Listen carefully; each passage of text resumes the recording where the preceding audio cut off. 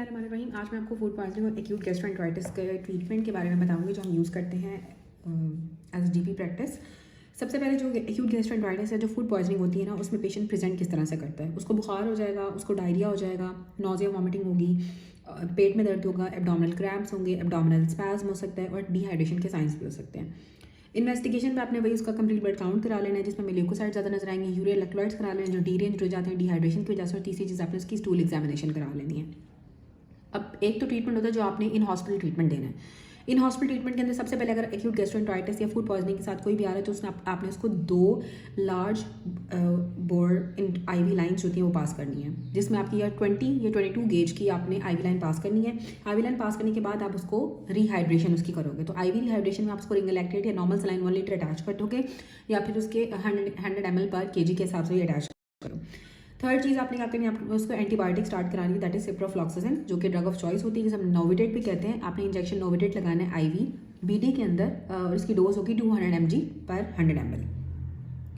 उसके बाद आप उसको राइजिक दे दोगे जो कि 40 mg होगा। आप आईवी ओडी एक दिन में एक दफ़ा आपने उसे लगाना है। और एब्डोमिनल स्पैज्म एब्डोमिनल पेन के लिए आप नॉस्पा लगा सकते हो। इंजेक्शन नॉस्पा 40 mg हम आईवी एसओएस में लगाते हैं और इसको 100 ml में डाइल्यूट करके 100 ml नॉर्मल सलाइन के अंदर डाइल्यूट करके हम नॉस्पा का लगाते हैं इंजेक्शन 40 mg नॉस्पा का जो 40 mg इंजेक्शन होता है उसको 100 ml नॉर्मल सलाइन के अंदर डाइल्यूट करके एसओएस में लगाते हैं कि जब उसको एब्डोमिनल क्रैम्प्स हो तो आप उसको एसओएस में लगा दो।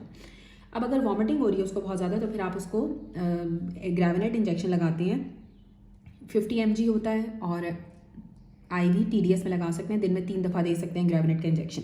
और अगर उसकी वॉमिटिंग किसी भी तरह से कंट्रोल नहीं हो रही है, स्वेयर वॉमिटिंग हो रही है, तो फिर हम इंजेक्शन ऑनसेट लगाते हैं जो ऑन्डेंसेट्रन होता है, 8 mg लगाते हैं और इसको हम 50 या 100 ml नॉर्मल सलाइन के अंदर मिक्स करके लगाते हैं और ओवर 15 मिनट्स लगाते हैं। मतलब आपने स्लो इसकी एडमिनिस्ट्रेशन करनी होती है और पेशेंट को आप ORS थेरेपी एडवाइस करते हैं। अगर तो हमारे पास पेशेंट अगर हमने डिस्चार्ज करना है, तो हमने डिस्चार्ज करना होता है एक्यूट गैस्ट्रोएंटेराइटिस के पेशेंट को, तो उसको हम टैब नोविडेट दे देते हैं 500 mg के अंदर बीडी में 3 दिन के लिए, या फिर एजिथ्रोमाइसिन एजोमैक्स जो होती है या फिर जीट्रो होती है उसको हम दिन में एक दफ़ा ओडी में देते हैं 3 दिन के लिए।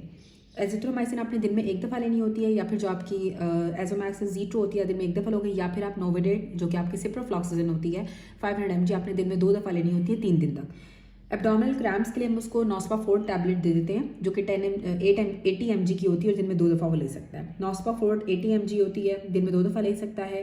और अगर नोजिया और वॉमिटिंग उसको बहुत ज़्यादा हो रही है तो फिर हम उसको टैबलेट दे सकते हैं मोटिलियम की 10 mg और टीडीएस में ही देते हैं और उसे कहते हैं खाने से आधा घंटा पहले जो है वो 10 mg मोटिलियम लेगा, दिन में 3 दफ़ा ले सकता है। और ORS सोल्यूशन का उसे कहते हैं दिन में जितनी दफ़ा भी ORS पी सकता है, वो जितना मर्जी वो पी सकता है वो ORS पिए।